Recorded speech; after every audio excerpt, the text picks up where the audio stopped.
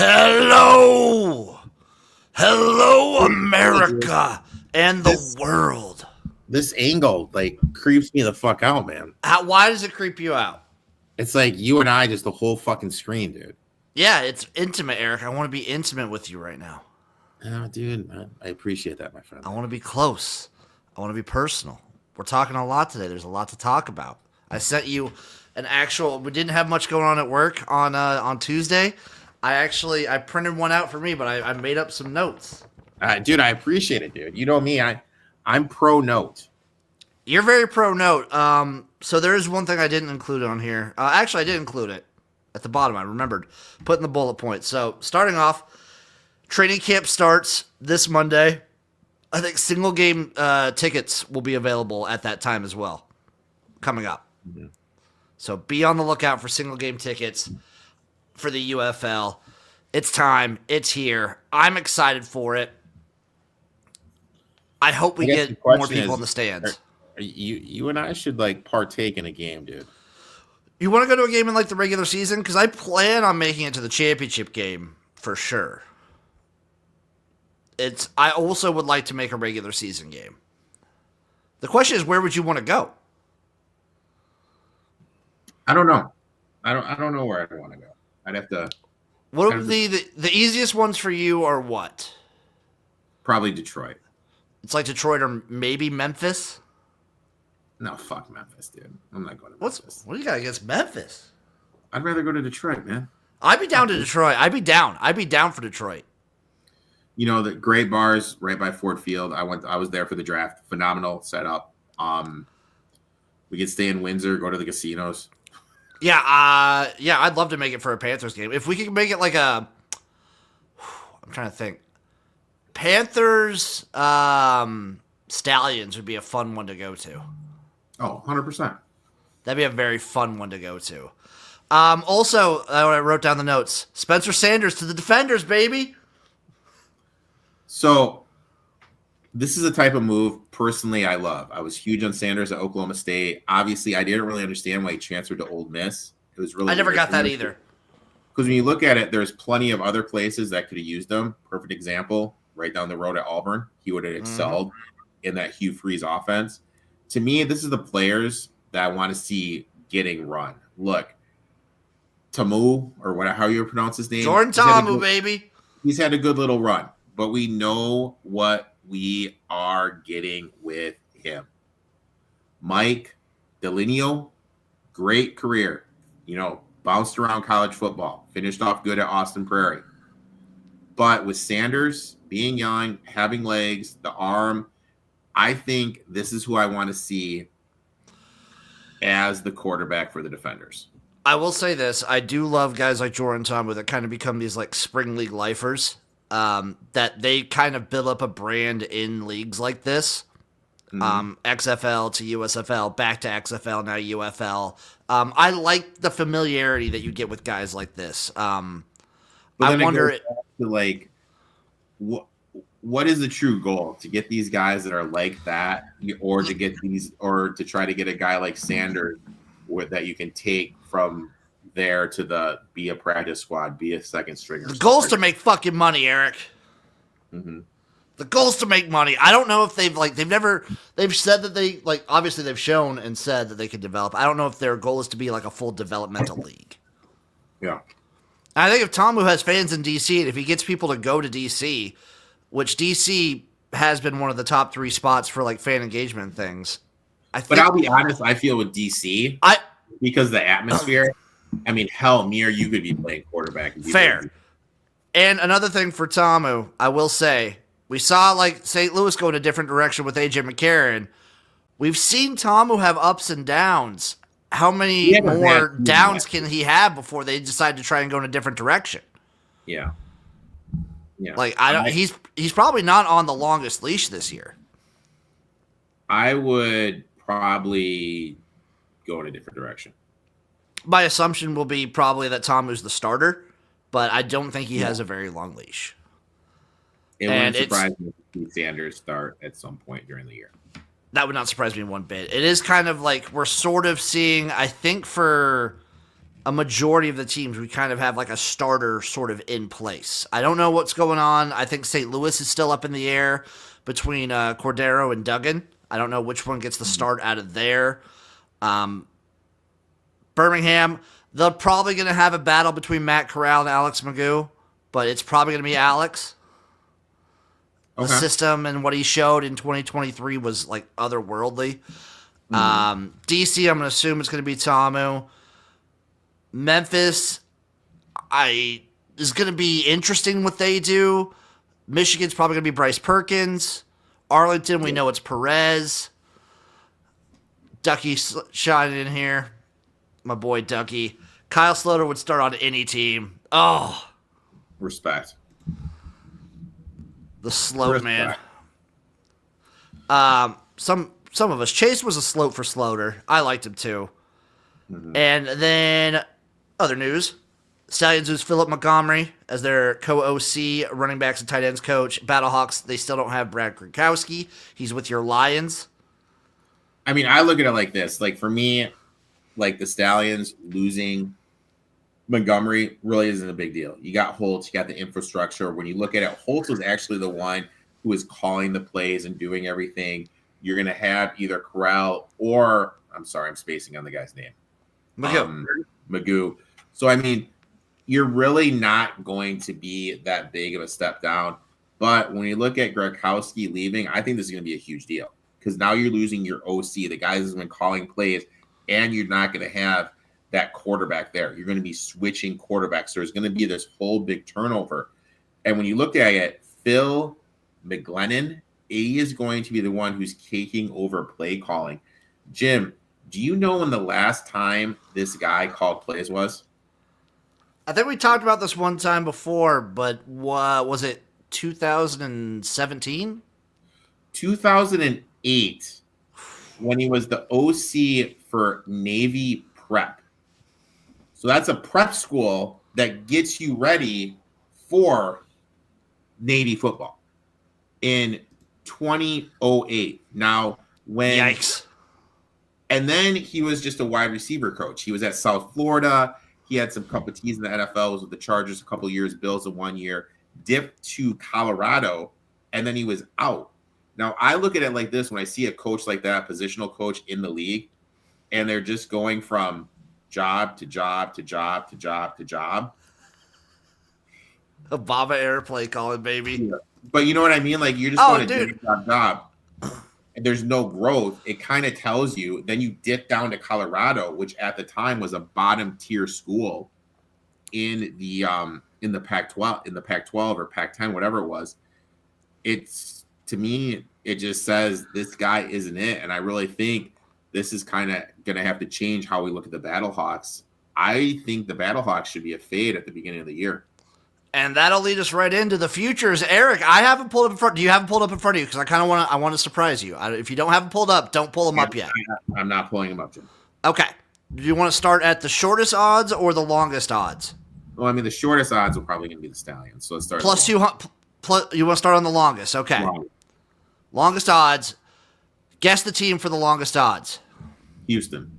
Yes, the Houston Roughnecks, 18-1 plus 1800. What do we feel? What do we feel about the Houston Roughnecks at plus 1800? These are DraftKings odds. I haven't seen them in any of our other books. Got to get our boy Dave on the phone. Houston, don't like the coach. I really don't think they did enough to improve their offensive line. I get it. Plus 1500. Yeah, Ducky's right. It should be plus 5,000. I'm hold on. So, let me get my notes here. So we got Houston, Arlington, Michigan, Birmingham, Memphis, DC. Who am I missing? 1, 2, 3, San Antonio. San Antonio.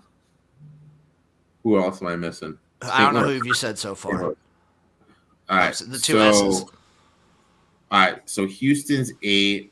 I'm gonna say 7 plus 1800. Number 7. Houston has the longest plus 1800. Jesus, it's probably even gonna be Arlington or Memphis. I'll go with Memphis. You're correct again. Plus 1500 for the Memphis Showboats. Okay, all right. I mean, this team is interesting to me. New coach, new No quarterback. questions about Whisenhunt, though. That's the thing. They're a wild card in my mind. Whisenhunt to me gives me Fisher vibes when Fisher came to, where was he in the XFL to start? No, when he came to Michigan in the USFL in 22. Yeah, the UFL, excuse me. He kind of gives me those type of vibes. Okay. I thought that could have worked.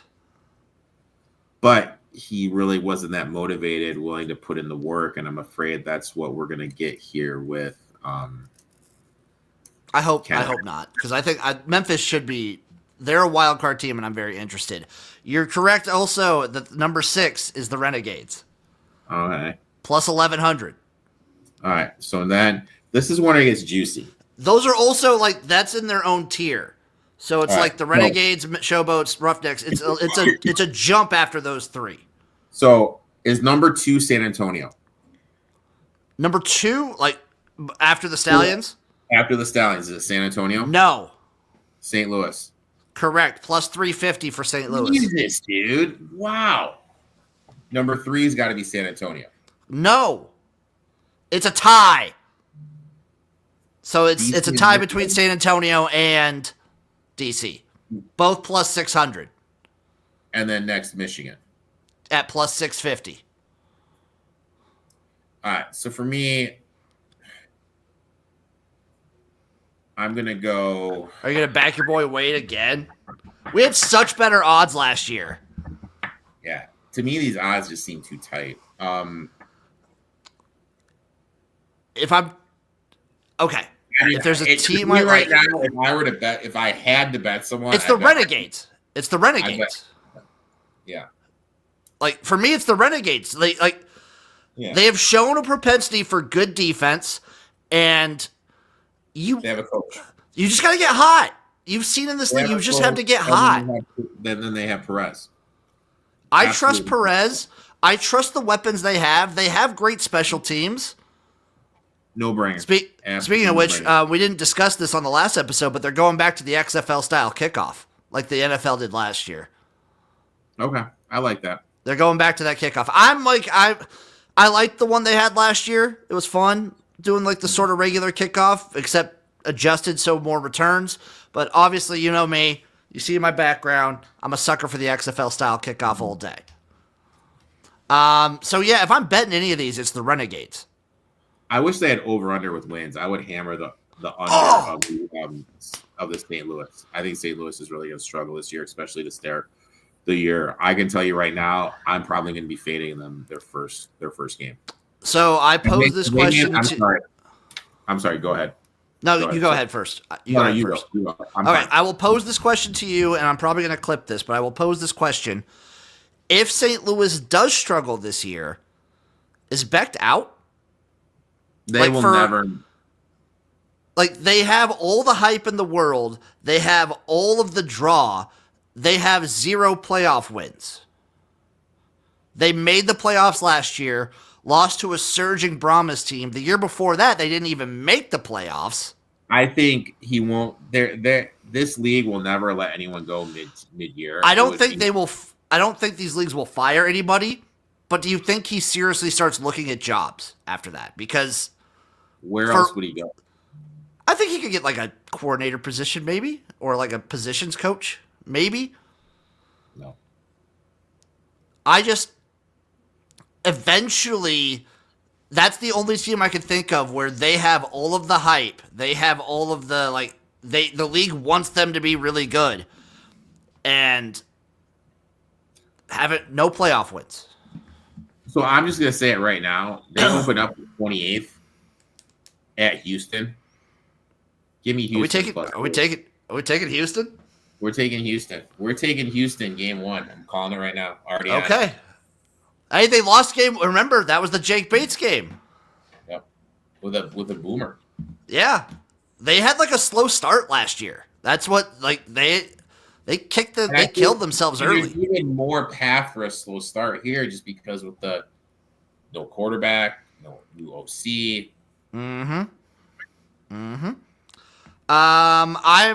What's the team you're most excited for? Because I have 2 that I'm anticipated for. San Antonio and the Panthers. Love San Antonio. Love that. Love that idea. Mine is the Defenders and the Showboats. If the Defenders can kind of get a run game going, Ducky said. I mean, but Ducky does raise a good point. He was like an option for West Virginia. But they didn't. Obviously, you're going to take Rich Rod over him. So, I mean, like, could he be like a tight end coach and what's a team? UConn? Yeah. Why don't you what just I mean? go? Like, Yeah. Yeah. I mean, I think that is kind of realistically for him. I think my two teams are the Memphis Showboats and the DC Defenders. I'm interested in DC if my boy Sanders gets some run. Even if he doesn't. You were saying that, what was that? You were saying that same thing 2 years ago about Erik King. You were saying the exact same shit about Erik King. All right, stop. Been there and done that. Did DC make the playoffs last year? No, but they did the year before. They made the championship game the year before. Talking last year. I know. That's fair. But I think what we see with Jordan, my whole thing with DC is if they can get a run game, then Ta'amu becomes one of like the top 3 quarterbacks in the league. That's just how he always works. If he has a run game, like a good run game, he's elite. If he has a bad run game to like mid run game, he's awful. So I think if DC gets like Abram Smith back, if they get like their offensive line good, they can cook. Mm-hmm. Ducky Disguise chiming in. Showboats will have the best defense. Bookmark it. The Showboats being a complete wild card is why I'm in. That's why you're in. Shoot. Plus 1,500. Don't hate it. If I'm going to make 2 bets. I'm going to take the Renegades and the Showboats. I've seen it before with the Renegades. Also the storyline. This is like Perez's last stand. He's riding off to the sunset. I'll take the Renegades. That's it, man.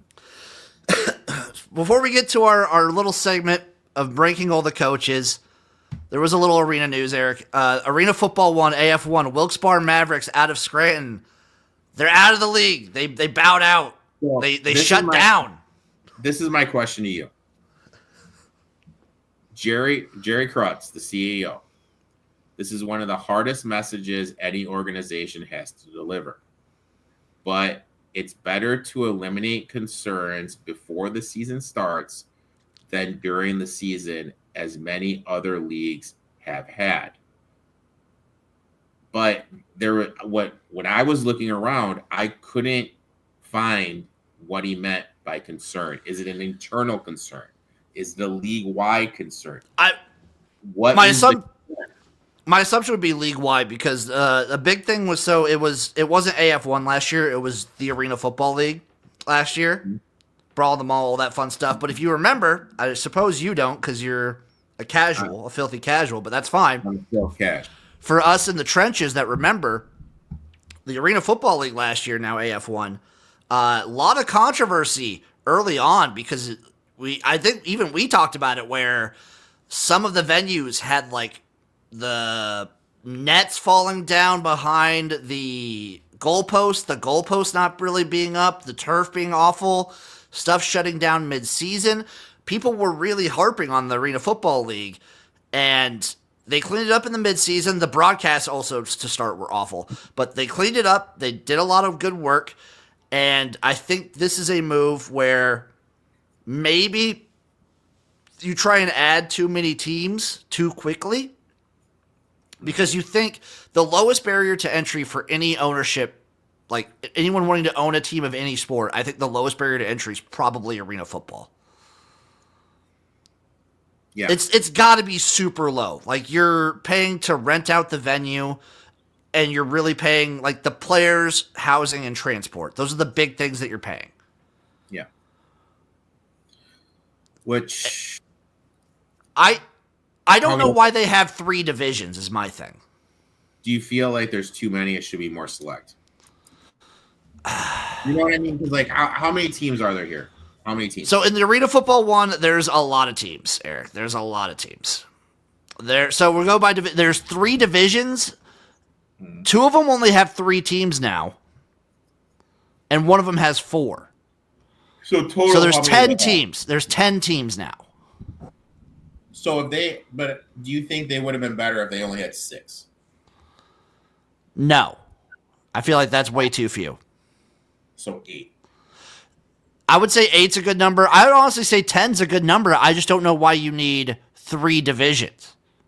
Yeah. Why wouldn't you just do it 5 and 5? Yeah, makes sense. I mean, like, I know you and I both want more teams than UFL, but right now I feel 8 is a good enough number for what they have. 8's a great number, and then maybe like next year and a couple years they go to 10. I don't think we need. I think I get worried about the UFL once we start getting to like 16. I'll start worrying about it. If we're around like 10 for a while, I'm fine. 8's a great number.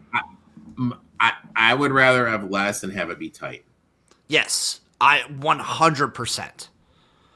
And I will say this: my plan right now, Salina Liberty, they open up the weekend. If I look at the schedule one more time, I believe I will be in attendance for the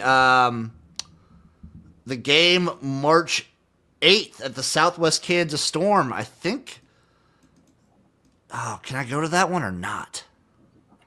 Southwest Kansas Storm might be a little too much of a distance for me. I might have to wait for the first Salina game. Which would be, that'd be in April. I'll figure it out. I want to make it to an arena game. Hey, real quick, can I just say shout out to Royal Retros? Oh, dude. Let me get I think I have the thing. Let me see if I have our banner. Shout out Royal Retros. There you go. My boy. They, speaking of AF1, they sponsored all the merch for Arena Football 1. Boom. Speaking of Royal Retros, and if you go to Royal Retros and you want some awesome Arena Football AF1 merch, use our promo code Spring Fever for 10% off. Go to Royal Retros right now.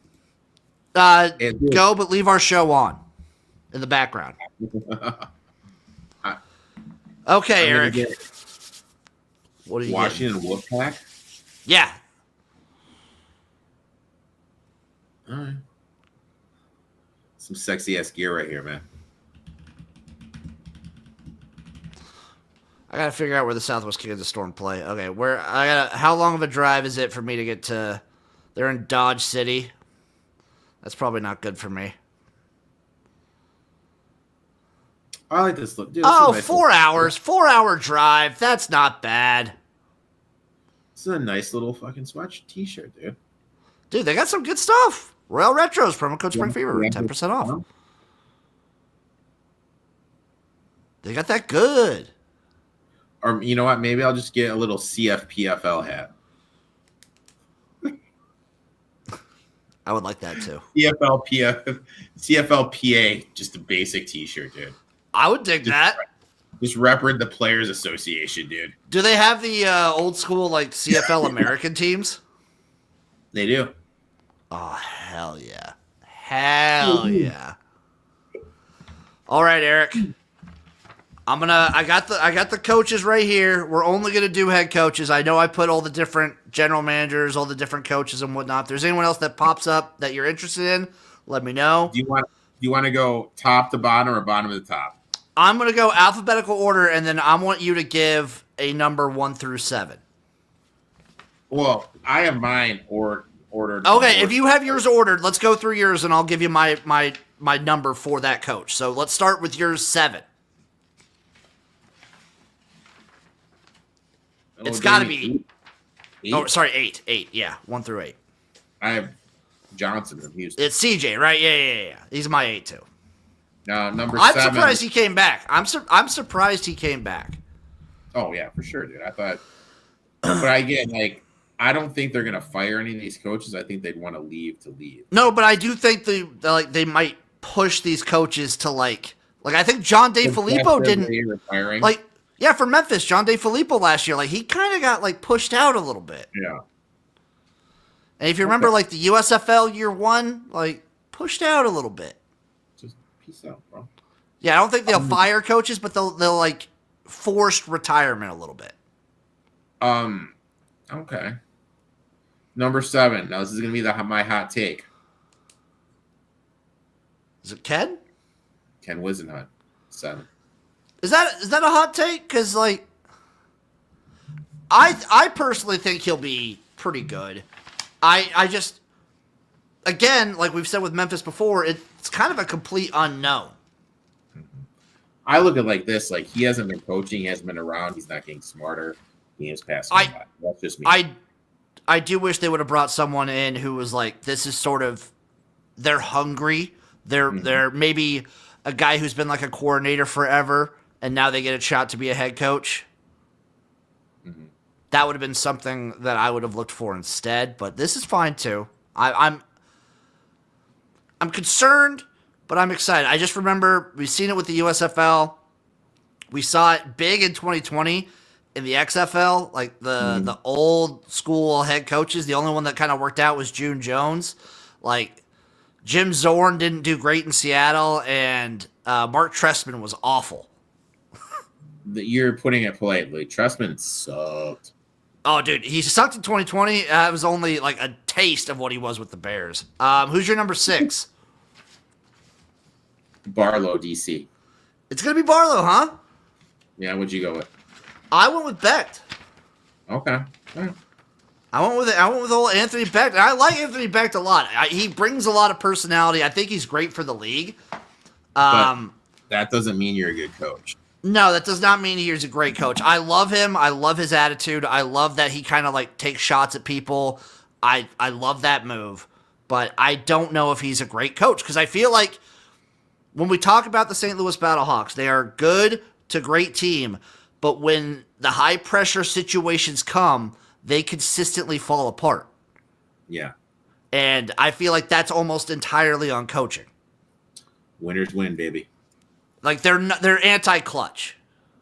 Yeah, and that comes from your coach being prepared, doing the right things. There's been times when you look at the roster, you look at the wide receiver corps, when you look at the quarterbacks they're they stacked. have, there's no excuse for them not to be better than they were.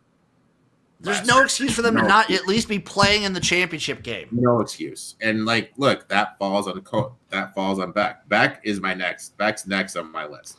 Okay, so we just kind of flipped him because I had Barlow as my next. My number 4, I got Stoops.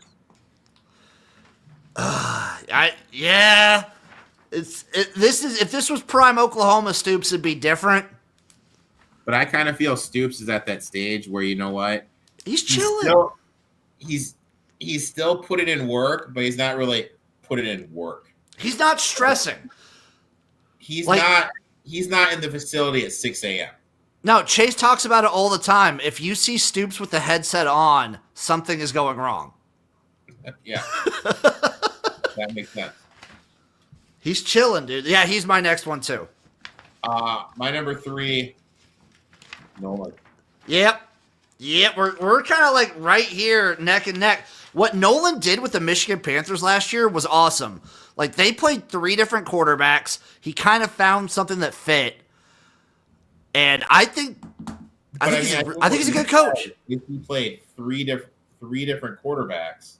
Well, some of those were due to injury. I know, but most of the time when that happens, there's a built-in excuse. Oh, our starter was hurt. Case in point, the Miami Dolphins. But a good coach is going to put the team in a position to win, and that's what he was able to do, playing different styles, the whole 9 yards. I think Mike Nolan's a good coach. Michigan will be a very interesting team. If we're talking about teams to potentially dethrone Birmingham, they would be up there for me on the USFL side. Mm-hmm. And I like what he's doing. I like the defense. I like that they're rolling full in with Perkins. I like Bryce Perkins quite a bit. I'm excited for the Michigan Panthers. Also, just as an aside, someone brought up like a show clip or whatever of old UFL president wanting to potentially get rid of divisions, get rid of the XFL and USFL like conferences. So just top 4 make the playoffs, whatever. Maybe it would be that. I mean, I wouldn't mind that. I wouldn't mind it, but I kind of like I think that it creates like a fun little division. Yeah. And maybe it's like, if it's not as good for the league, who knows? I think one big thing in football, have it being down to high school up to the NFL, is the divisional rivalries. And Yes. I mean, I think that's a good point you make. You get rid of those, and that's going to be a big thing. It's going to hurt. I think like the XFL versus USFL stuff, maybe it's mostly online, but I think it's real personally, and I love it. Who's your number 2 coach? It pains me to say this. Uncle Wade. Yup. You know, pains me, man. Pains me to say. What are they gonna do at quarterback too? They're an interesting case because their boy, remember, the guy from Cal, whatever the hell his name was, that just was like pussyfooting around in the championship game trying to save his body. Yeah, because he was gonna go pro. Yeah. Chase Garbers, like, ruined my opinion of him in one. I've never gone from so high on a player to so low after one game. So I look at it like this, dude. And this is my take with Wade. Defensively, he's just going to be so heads and tails above everybody. I think the second time they play these teams, I think that's just going to be the hammer spot for the Brahmas every single game. It was in the regular season last year. That's kind of how it went. And remember, that second game where he gets everything, gets on film, can break everything down. And to me, Wade looks like a guy who wants to get back in the league. He wants to, like, get a cup of tea. He's going to be like, hey, look what Fangio did. I could be your Fangio. I could be the guy that takes your defense to the next level. Because say what you want to say about him, guy's a proven DC in the league, a winner DC. I just think night and day DC wise, he's just going to be heads and tails above everybody. But at the end of the day, when you have someone that's won as many championships as Holtz does in this spring football league, it's got to be Holtz. Anyone that doesn't have him as number 1 is just trying to do the, what's his name, Stephen A. Smith, Skip Bayless thing. Or Nick Wright. Let me say something utterly idiotic to get people to like me. Trying to get too cute there. It's got to be Skip Holtz. He is the spring god as it stands when it comes to coaching. Yeah. And at almost every angle, like calling the offense is fantastic. The way he organizes the teams, the way he gets these players up for these spring league games and gets them to buy in. Like, the players love him. And it's always Skip Holtz. For the San Antonio Brahmas and Wade Phillips, the defense is going to be lockstep. I think maybe one more year of A.J. Smith kind of like figuring himself out on offense. Maybe that team will be like good. Because remember, the one thing, we had a couple things about A.J. is that the offense was a little at points last year. Yeah. Any other takes on the UFL as a whole? Coaches? We're going to get some actual finalized rosters here with training camp coming up. So I would do full roster breakdowns. I'm excited. We talked about it last year. I think the big thing we need to really look into is defensive line, offensive line, 1A and B, equally as important. I think those are the big things. I mean, I really think that at the end of the day, that's it. Because we saw like a team like Memphis had no offensive line. You know what I mean? And like quarterbacks were running. The teams that did well last year were solid in the trenches, and that's what the thing we need to pay attention to the most. Yeah, it's all about the trenches. It is 100% because you could have the best quarterback in the league or one of the top quarterbacks, and if your offensive line is awful, nothing's happening. Mm-hmm. So I'm excited. I'm excited for AF1 to start up here in literally 2.5 weeks. Okay. Arena Football 1 starts in 2.5 weeks, my friend. All right. When can we get DraftKings to post some lines on that, huh? Probably quarter never. Yeah. Hey, you get lines on the IFL where you're at. When that league actually comes out. Put down action, I will. I might need you to put down some action. We'll see if you get some AF1 action too, but I'm excited. Everyone, follow this man at Utah21 Sports every Tuesday night. Great show. Great show, by the way, this week. Follow me at XFL Jim. A lot of stuff in the works. There's a big video coming out next week. We love you guys. We will see you next time for another beautiful episode of Spring Fever. Shout out Royal Retros. Promo code Spring Fever for 10.